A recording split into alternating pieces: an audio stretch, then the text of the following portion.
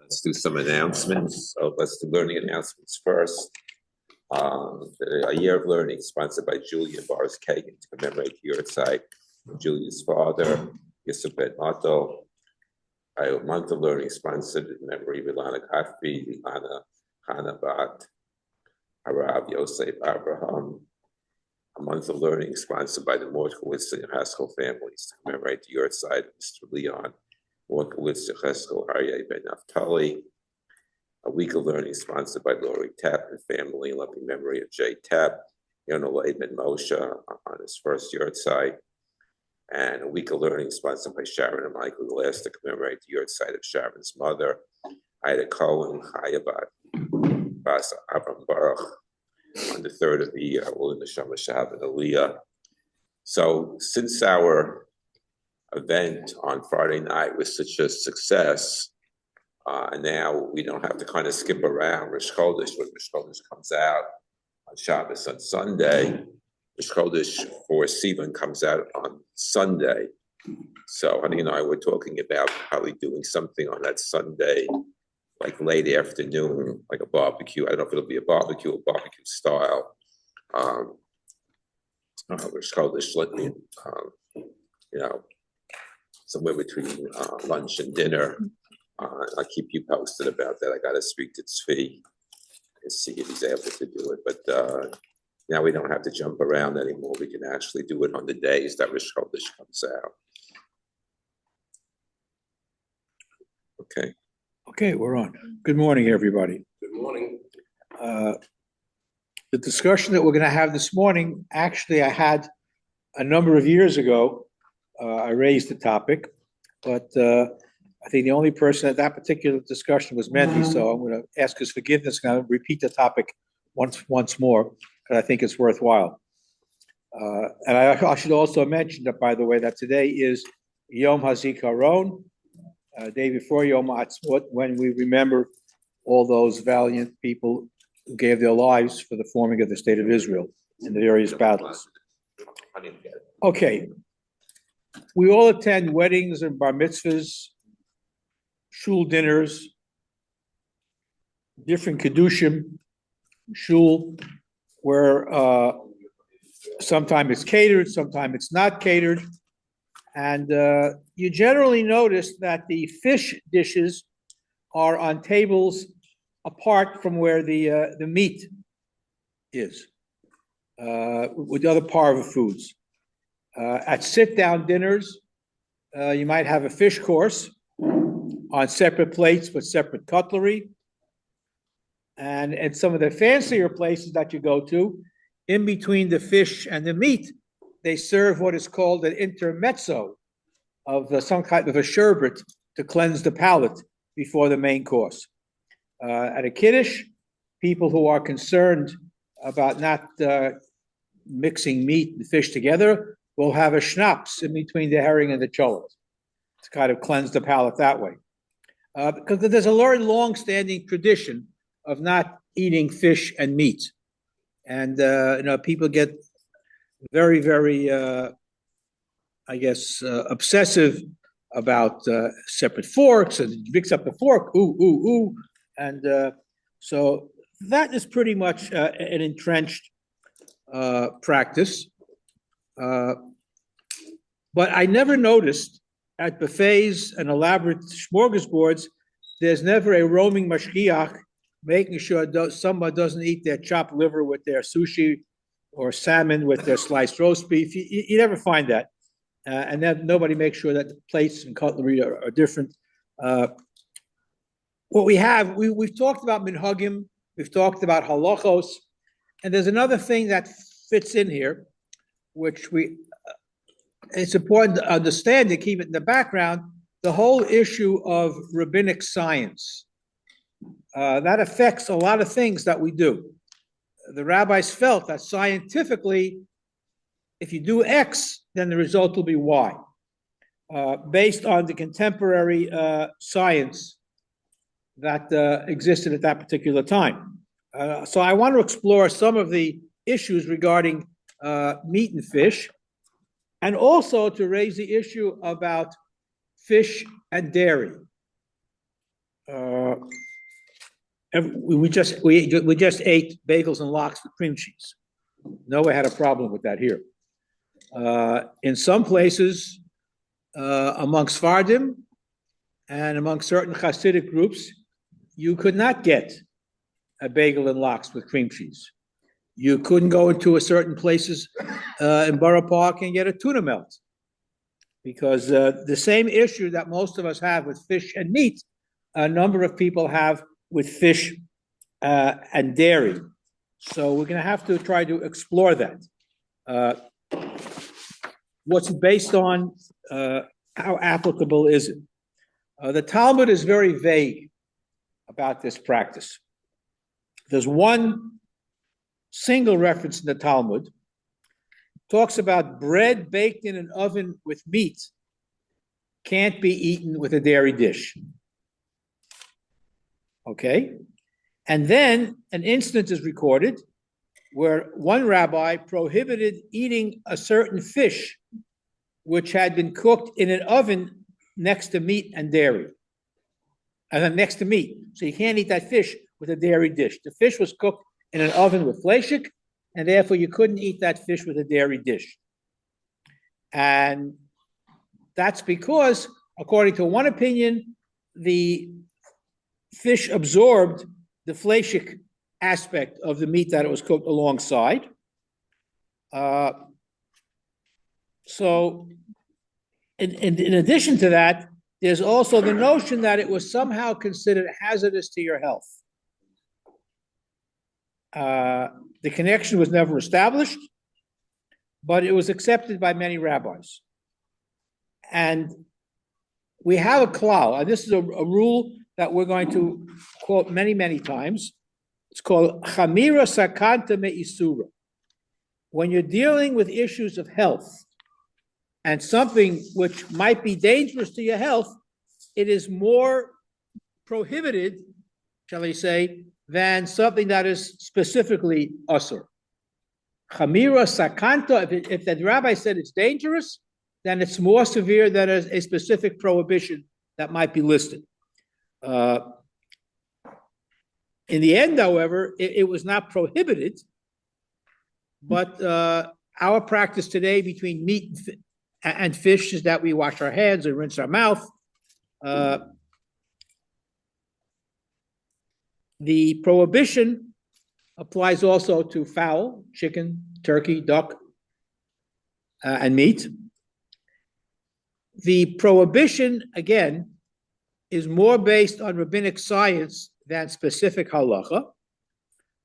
And according to rabbinic science, consecutive eating of fish and meat does not affect the digestive system. In other words, you can eat your fish and then do something in between and then eat the meat. Simultaneous consumption of meat and fish is sometimes considered dangerous to your health. And the minutiae of this are discussed by the poskim. Salting, whether betel applies, etc. We're not worried about certain aspects of rabbinic science anymore.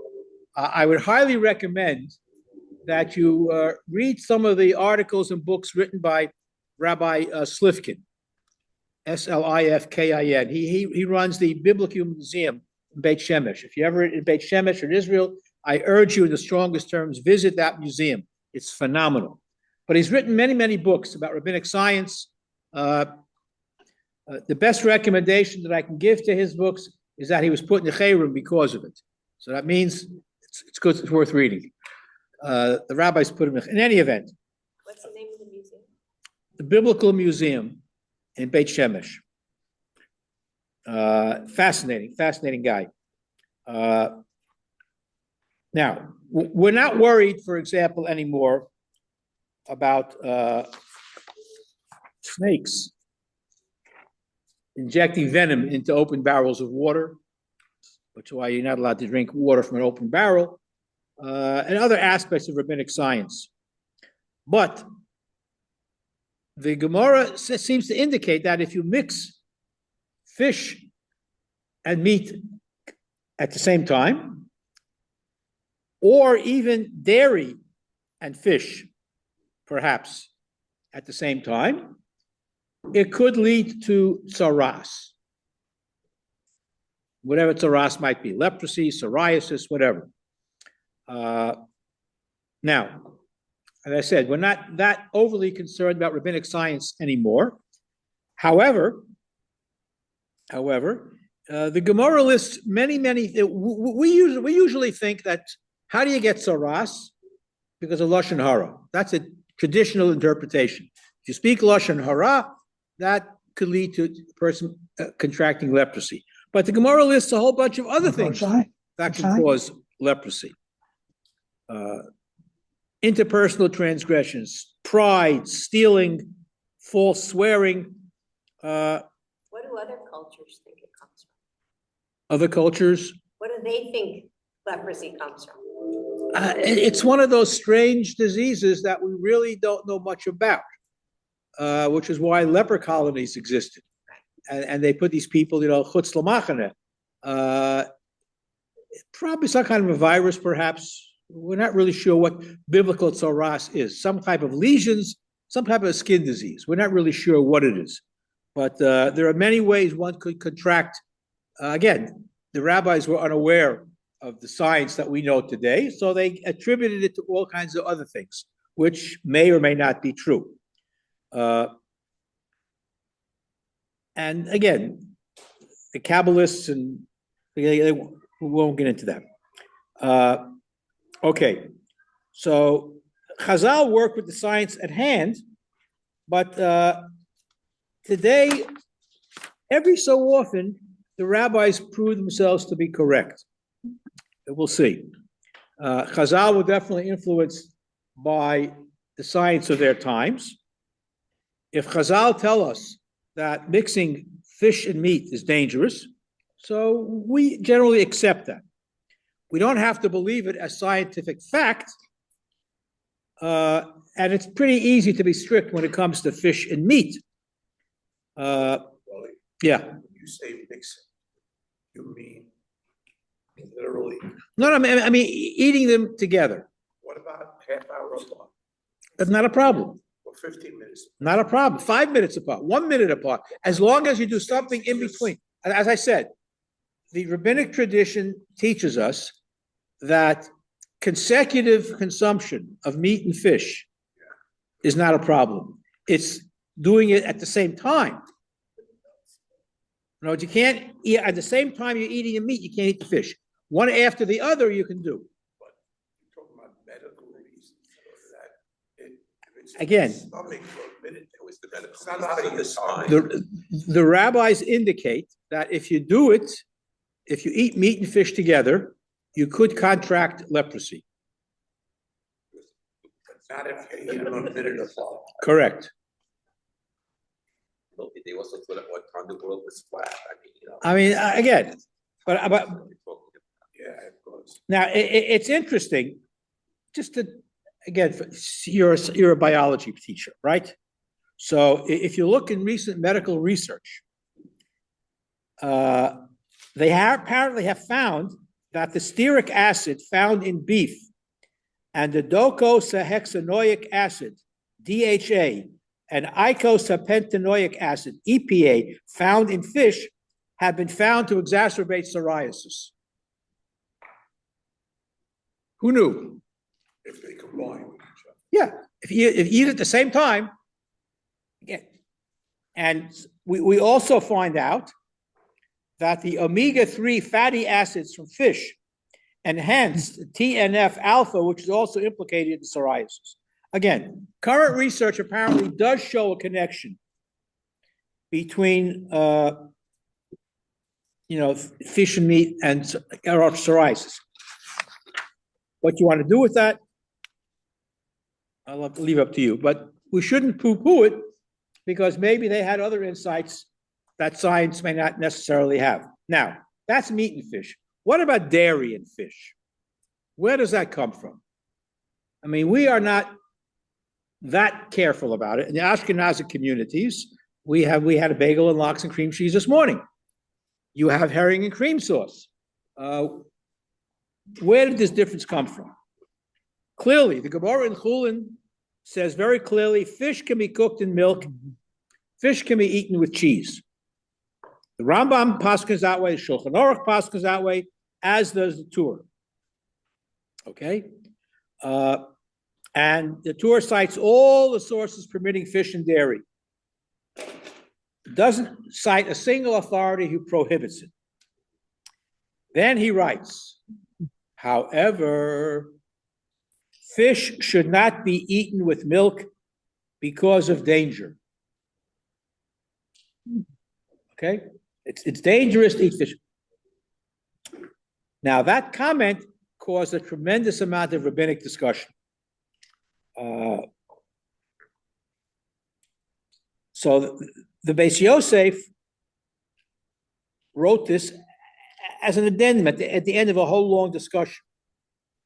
And all of the poskim struggle with this one line, the Beis Yosef. Beis Yosef is a major compendium. The abbreviation of the Beis Yosef became the Shulchan Aruch. All right? The Tur was the main Shulchan Aruch originally in the 14th century, and then the Yosef Karo wrote a commentary on the Tur, bringing all the Rishonim, the Beis Yosef, which he then condensed into what we now know as a Shulchan Aruch, which became acceptable for halacha throughout the Jews all over the world. However, this one line caused a lot of problems. The Ramah writes, we never heard of this, not eating fish and dairy. We cook meat, we do this, we cook fish with milk every day. Where did this come from? And most of the poskim are not opposed to eating milk with fish. And the problem is, and the Rif and the Rambam don't, I mean, everybody agrees that it's, but why did the Beis Yosef write that comment? So it's a fascinating detective work. Apparently, I tried to measure my words now. Apparently, in his discussion of fish and meat, he accidentally got confused and wrote fish and dairy. It's what we call a to'us sofer, a scribal error, a lapsus calabi in Latin.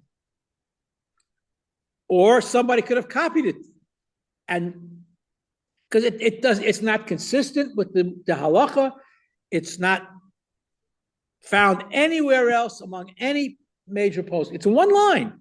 Be careful about not eating fish and dairy together. He really meant to say fish and meat, in all probability. That's an answer. Yeah, well, but again, it's not found anywhere else. It's not found anywhere else.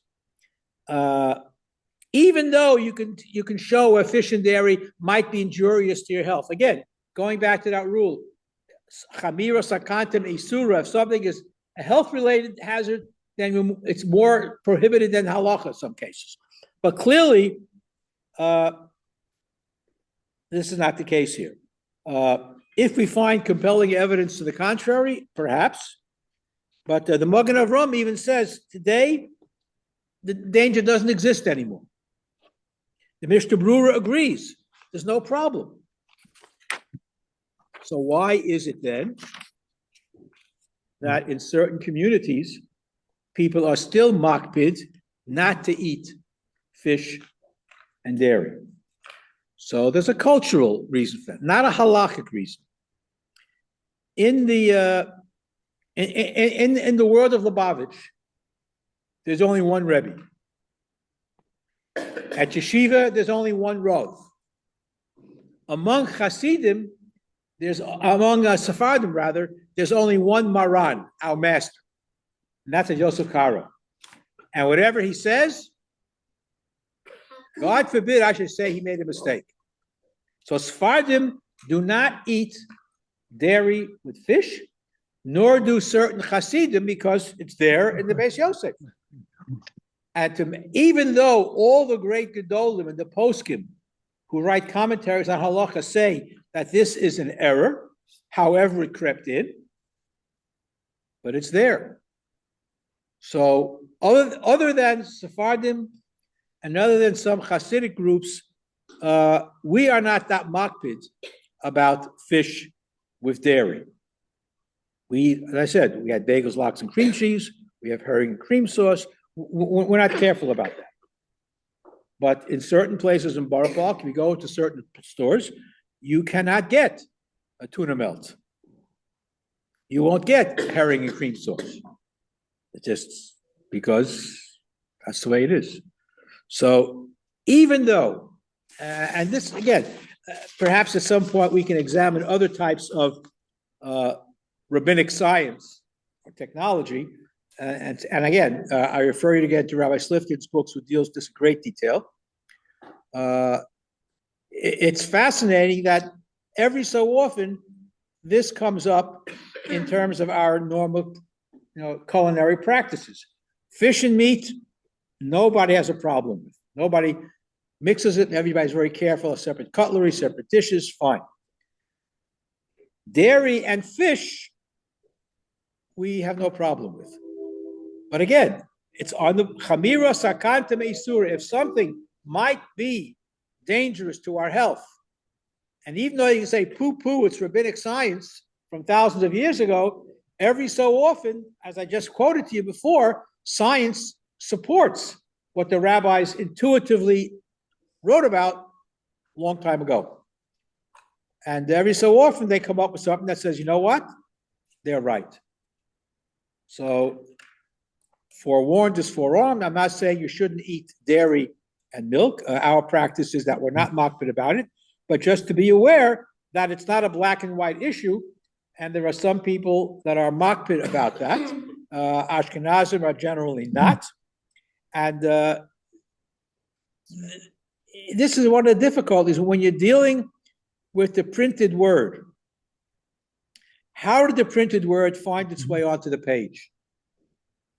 So you had a manuscript, and somebody copied the manuscript, and somebody copied the copy. And things creep in that for example, I'll give you one example, then we'll finish up. In benching, we say Magdil Yeshuos Malko, right? On Shabbos and Yontif, we say Migdol. Why? Because the word appears in two different places. In Tehillim, it's Magdil. Magdil Yeshuos Malko, etc. In Shmuel Beis, the pasuk reads Migdol. So in some manuscript, when they were copying it over before the printing press, so in the margin, the copyist next to the word Magdil wrote down Beis Shin Beis, Shmuel Beis Migdol. Be aware that the same word appears in Shmuel Beis as Migdol. Beis Shin Beis Migdol. In future copying of that manuscript, before the printing press was invented, Beis Shin Beis became Shabbos.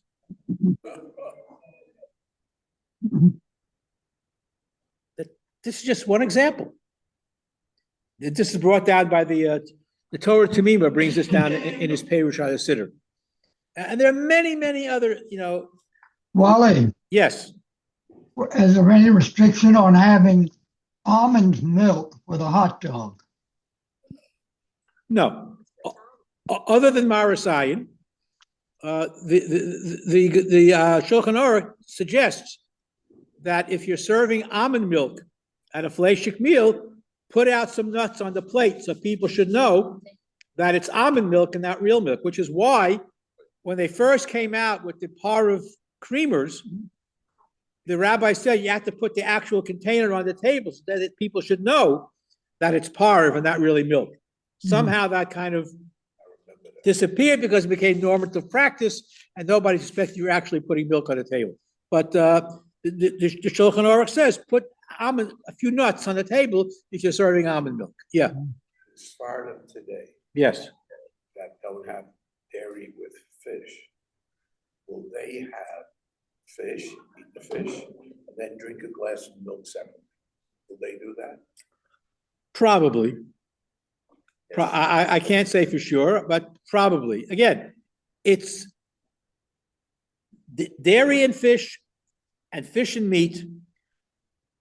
The prohibitions are simultaneous consumption, not consecutive consumption. You can't eat them together. One after the other is less of a problem.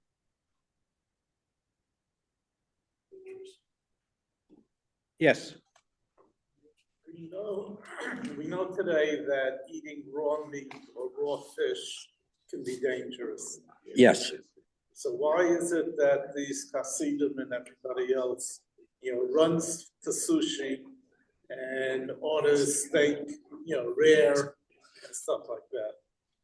I like my steak well done, so I can't always answer why people do what they do.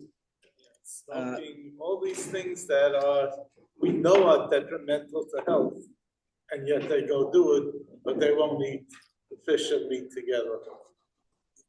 When you're dealing with cultural behaviors, it's not always based on halacha, unfortunately. And again, I have yet to see any poskim issue a prohibition against eating sushi. Although you might be correct. You might very well be correct. That's raw meat and raw fish might not be the healthiest thing in the world, but apparently so many people eat it and they rarely get sick from it. So maybe it's less of an issue. I mean, the first question you want to ask is why do rabbis give a hechsher on sushi places if it's dangerous to eat it in the first place?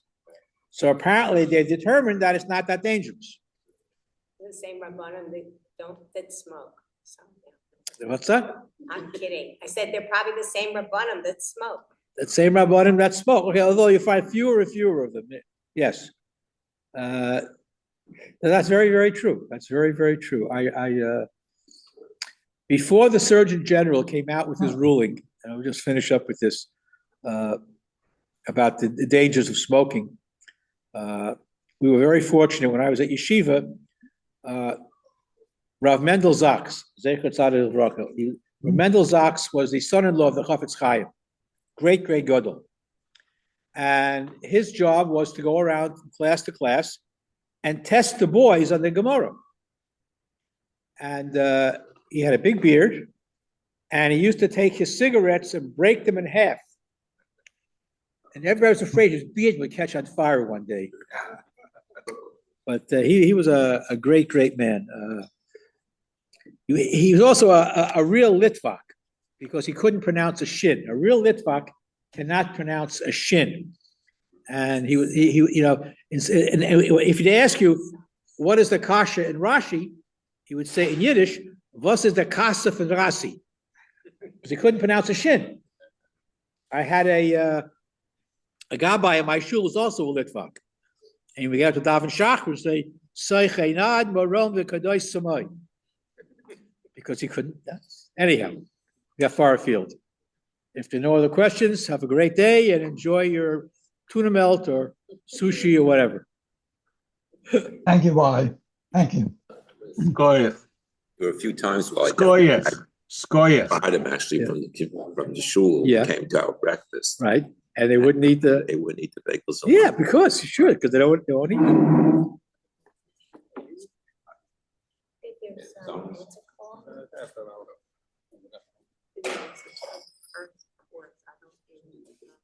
I lived a couple of blocks from Chaim Berlin on Kamiyan. Yeah. And you would see kids constantly outside smoking. Yeah. I'm sure the rebellion knew about it and they didn't go out. Rebbeim smoked also. Yeah. This is an old problem. It's an old problem. The hypocrisy is Yeah. unbelievable. Okay. We have a Zimmer, okay.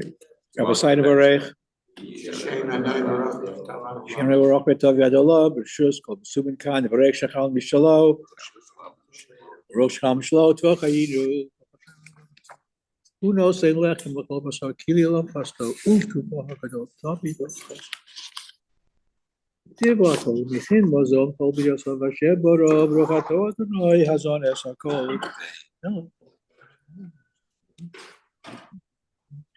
Yom brisko shekos sambe brisko shali.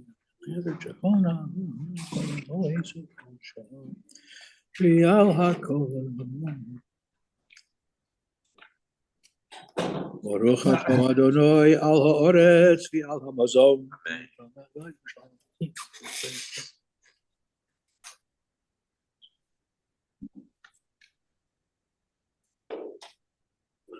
Uvenei Yerushalayim ira kodesh meira v'yameinu baruch atah Adonai b'nei berachamo Yerushalayim. Amen. So we look at the same thing. Rava Chatzon. Umikol Tov Yolam Hayechasreinu.